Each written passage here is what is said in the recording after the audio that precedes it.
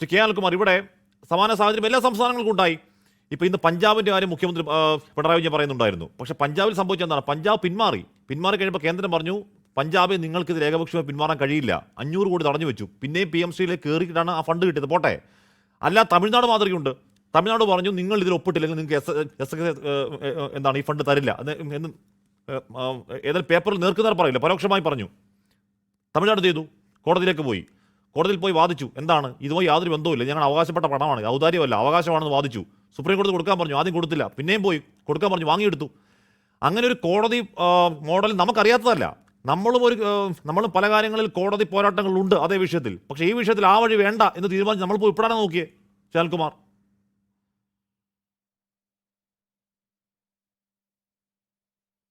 ഒന്ന്, തമിഴ്നാടിൻ്റെ case ഇതായിരുന്നില്ല.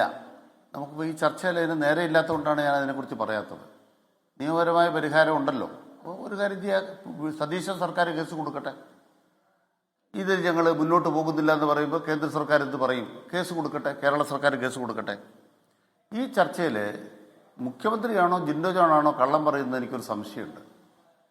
Jinto John പറയുന്നത് ഇപ്പോഴൊരു കമ്മിറ്റിയെ വെച്ചിരിക്കുന്നത് നടപ്പാക്കാതിരിക്കാനാണ്.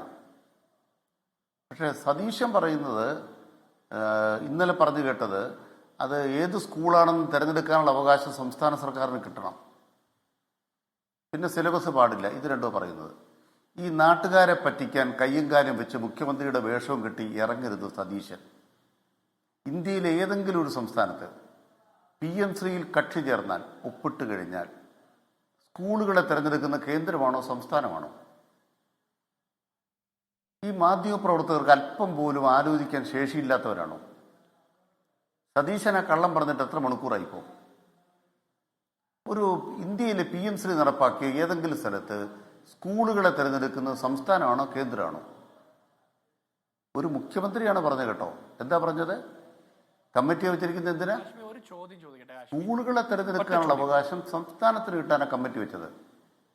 ഇങ്ങനെ തിരഞ്ഞെടുത്ത ജനങ്ങളെ പച്ചയ്ക്ക് പറ്റിക്കാൻ മടിയില്ലാത്തൊരു ഭരണാധികാരിക്ക് വേണ്ടിയാണ് ജിൻഡോ ജോൺ ഇവിടെ എന്തെല്ലാം വാദങ്ങളാണ് പറയുന്നത്. എന്നിട്ട് പറയുകയാണ് പുറത്ത് കിടക്കാനുള്ള വഴിയാ തേടാൻ പോകുന്നതെന്ന്. നേരവോ ആണെങ്കിൽ 3 കള്ളം ഇന്നലെ പറയാൻ പാടില്ലായിരുന്നു. ഒന്നാമത്തെ കള്ളം, PMC ഫണ്ട് കേരളം കൈപ്പറ്റിയെന്ന കള്ളം മുഖ്യമന്ത്രി പറയാൻ പാടില്ലായിരുന്നു. 2, സംസ്ഥാനങ്ങൾക്ക് സ്കൂളുകളെ തിരഞ്ഞെടുക്കാനുള്ള ബാധ്യതയാണുള്ളത്. അങ്ങനെ തിരഞ്ഞെടുത്ത് PMC പോർട്ടലിൽ രജിസ്റ്റർ ചെയ്യുക എന്നുള്ളത് സംസ്ഥാനങ്ങളുടെ ബാധ്യതയാണ്.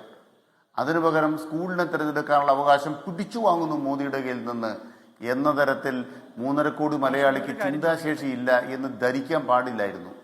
ഇത് മാധ്യമപ്രവർത്തകരുടെ കുഴപ്പമാണ്. ഏകപക്ഷീയമായി നമ്മൾ കൊടുക്കുന്ന സ്കൂളങ്ങ അതിൽ അപ്ലോഡ് ചെയ്യല്ല ശാൽകുമാർ. ഏകപക്ഷീയമായി നമ്മൾ പറയുന്ന സ്കൂളുകളങ്ങ് അംഗീകരിച്ച് അപ്ലോഡ് ചെയ്യല്ല ചെയ്യുന്നത്. അതിൽ വേറെ ടെസ്റ്റുകളുണ്ട്, അതിൽ കേന്ദ്രത്തിന്റെ റാറ്റിഫിക്കേഷൻ ആവശ്യമുണ്ട്. അതെ, അത്രേ ഉള്ളൂ. ഏകപക്ഷീയമാണ്. സ്കൂളുകളെ തെരഞ്ഞെടുക്കേണ്ട ഉത്തരവാദിത്വം സംസ്ഥാന സർക്കാരുകൾക്കാണ്. അല്ലല്ല, നമ്മൾ തെരഞ്ഞെടുത്ത് കൊടുത്താൽ കേന്ദ്രം തീരുമാനിക്കുമോ അത് വേണമെന്ന്. അതിന് വേറെ ചലഞ്ച് ടെസ്റ്റ് പോലെ സാധനമുണ്ട്. വേറെ നിർത്താമല്ലേ? സമയമില്ലാത്തോണ്ടാ. അല്ലല്ല, അപ്പൊ പിന്നെ ആരാ തെരഞ്ഞെടുക്കുന്നത്? കേന്ദ്രവും സംസ്ഥാനവും. ആരാ തെരഞ്ഞെടുക്കുന്നത്? ഈ സ്കൂളുകളെ തെരഞ്ഞെടുക്കുന്ന സംസ്ഥാനമാണോ കേന്ദ്രമാണോ? കേന്ദ്രവും സംസ്ഥാനവും. അല്ലല്ല, നിങ്ങൾക്ക് തെറ്റി. ഇതൊന്നും അറിയാതെ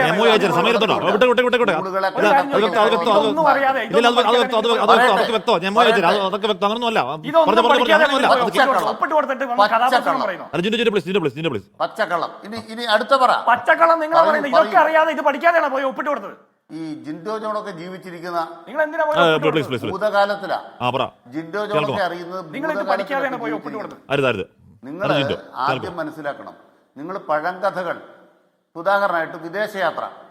ഇവിടെ മുഖ്യമന്ത്രിയായിരുന്നപ്പോൾ ശ്രീ പിണറായി വിജയൻ വിദേശയാത്ര പോയത് ഇന്നിവിടെ പറഞ്ഞു. അപ്പം രാഹുൽ ഗാന്ധി പട്ടായ പോയതിൻ്റെ എണ്ണം ഞാൻ പറയണോ? ഫാസിസത്തിനെതിരെ സമരം പട്ടായയിലാണ് നടത്തേണ്ടത്. നമ്മളൊരു ചർച്ച വരുമ്പോൾ അതിൻ്റെ സബ്ജക്റ്റിൽ ഒതുങ്ങി നിൽക്കാനുള്ള മര്യാദ കാണിക്കണം. തിരിച്ചു പറഞ്ഞാൽ 10 എണ്ണം തിരിച്ചു പറയാനുള്ള ശേഷി ഞങ്ങൾക്കില്ലാഞ്ഞിട്ടല്ല, അത് വരുന്നവരോട് ഞങ്ങൾ പറയുകയാണ്. നിങ്ങൾ പഴംപുരാണായിട്ട് വന്നാൽ ഞങ്ങൾ ഇരുന്ന് തരത്തില്ല. അല്ല, പിണറായി വിജയൻ തെരഞ്ഞെടുപ്പ് നടക്കുമ്പോ എന്തിനു പോയതാണ്? ഞങ്ങളുടെ ആത്മാർത്ഥത തെളിയിക്കാൻ ഞാൻ പറയട്ടെ. പട്ടായ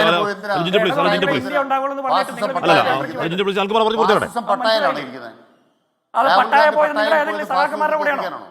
അല്ല ഇന്ത്യ സഖ്യത്തിന് രണ്ട് കക്ഷി അങ്ങോട്ട് പറഞ്ഞില്ല പ്ലീസ് അൽഗോ പറഞ്ഞു പൂർത്തിയാക്കും. രാഹുൽ ഗാന്ധി പട്ടായ പോയത് നിങ്ങൾ അതെ. അത് ഇന്ത്യ സഖ്യം അൽകുമാർ അതൊക്കെ അങ്ങ് നിർത്ത്. നിങ്ങൾക്ക് വല്ല ബുദ്ധിമുട്ടുണ്ടോ? അതൊക്കെ അങ്ങ് നിർത്ത്. നിങ്ങൾക്ക് വല്ല ബുദ്ധിമുട്ടുണ്ടോ? ഇങ്ങനെയുള്ള ചർച്ച പൊതുഖജനാവിന്റെ പണം എടുത്തിട്ട് കുടുംബത്തെ കൂട്ടി ഒരു തെരഞ്ഞെടുപ്പ് നടക്കുമ്പോൾ സംഘപരിവാറിനെതിരെ പോരാട്ടം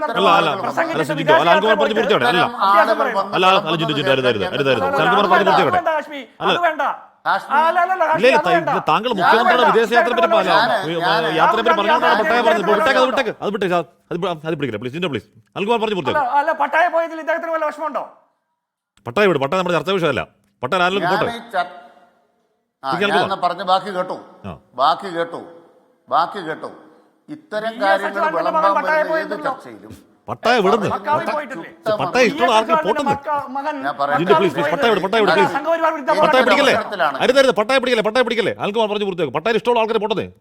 ഇത് ഗംഭീര സ്ഥലമാണ് അൽകുമാർ. അതെ, ആ ഗംഭീര സ്ഥലത്ത് പ്രതിപക്ഷ നേതാവായ മാന്യൻ കർഷക സമരം നടക്കുമ്പോൾ പോയത് ഫാസിസത്തെ തോപ്പിക്കാനാണ്. എന്നിട്ട് ഫാസിസം തോറ്റു മടങ്ങിയിട്ടാണ് പുള്ളിക്ക് തിരിച്ചു വന്നിരിക്കുന്നത്. ഇതൊക്കെ നാട്ടുകാർക്ക് അറിയാൻ വയ്യാത്ത കാര്യമാണോ? അതുകൊണ്ട് അധികം ഒന്നും ഇത്തരം പരിപാടിയായിട്ട് ഇറങ്ങരുത്. ആരെങ്കിലും എഴുതി തരുന്ന സാധനം വെച്ചിട്ട് കമ്പോസ് ചെയ്തിട്ട് ഞങ്ങളെ കടന്നാക്രമിക്കാൻ വരാൻ പാടില്ല. അല്ല ഞാൻ ചോദിക്കുന്നത് അനിൽകുമാർ, നിങ്ങൾക്ക് ഇത്ര ബുദ്ധിമുട്ടുണ്ടെങ്കിൽ സംഘപരിവാറിന്റെ കാശ്മീരുടെ ബാധ്യതയാണ്. എന്റെ സമയത്ത് ഇടപെടാൻ സാധ്യമല്ല. എന്റെ സമയത്ത്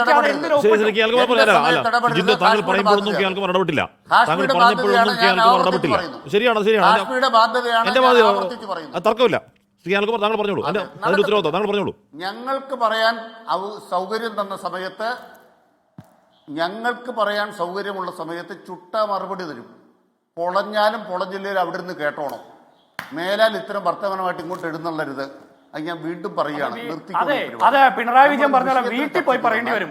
അവിടെ ഇരുന്ന് കേട്ടോണം എന്ന് പറഞ്ഞ വീട്ടിൽ പോയി പറയേണ്ടി വരും.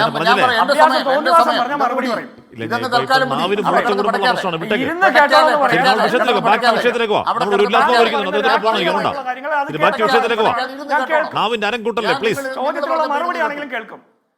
പറഞ്ഞപ്പോ ഇരുന്ന് കേട്ടു. മനസ്സിലായില്ലേ? അല്ല ജിൻഡോ, താങ്കൾ പറഞ്ഞപ്പോൾ അൽകുമാർ ഇടപെട്ടില്ല. അൽകുമാർ പറഞ്ഞപ്പോൾ കേട്ടോളൂ. ഞങ്ങൾക്ക് വരാം. നിങ്ങൾ പറഞ്ഞപ്പോ ഇരുന്ന് കേട്ടു.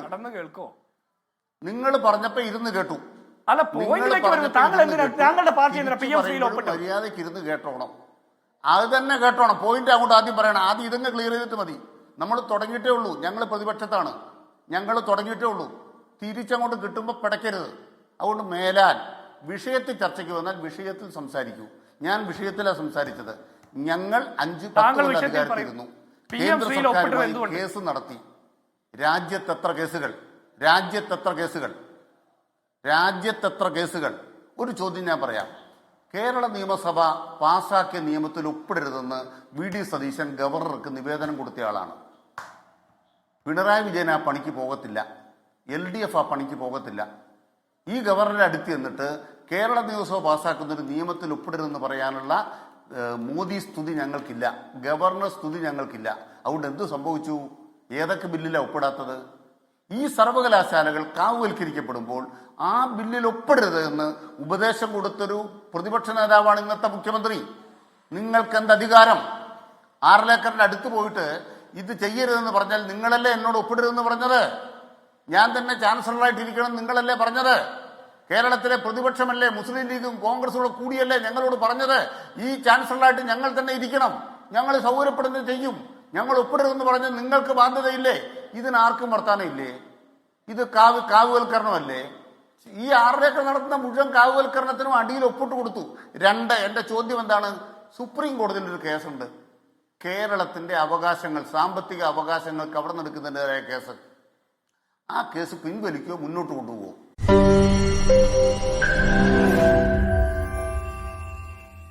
ലോകത്തെവിടെയായാലും ഏത് സമയത്തും 24 വാർത്തകളും ഓഗ്മെന്റഡ് റിയാലിറ്റി പാക്കേജുകളും എക്സ്പ്ലെയിനറുകളും വിശദമായി കാണാൻ ഞങ്ങളുടെ യൂട്യൂബ് ചാനൽ നിങ്ങൾക്ക് സബ്സ്ക്രൈബ് ചെയ്യാം.